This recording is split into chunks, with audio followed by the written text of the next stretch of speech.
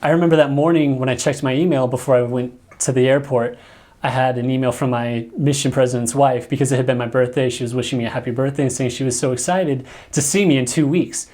And I was really confused because I was catching a plane in a few hours. I was hoping somebody was going to be on the other end to pick me up at the airport in Brazil.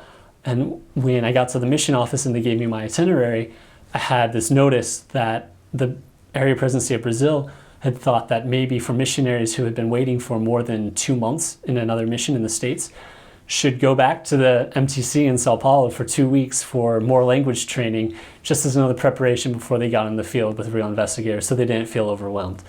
So I thought it'd be cool to go back to the MTC in Sao Paulo because that's where I was originally supposed to go if I had gotten my visa. But at the same time, I was kind of confused because I was already a missionary. I didn't want to sit in the MTC for another 2 weeks when I'd already had a little taste of what it was like to have investigators and work with them. So those 2 weeks were a lot of fun. It was a good, looking back now, it was a good halfway point to get to Brazil, being kind of that more controlled environment before I went out into the field. And so when I left the MTC in Sao Paulo, it was a beautiful drive from the airport, from the MTC down to Sao Paulo or down to Santos. You go through this beautiful mountain range.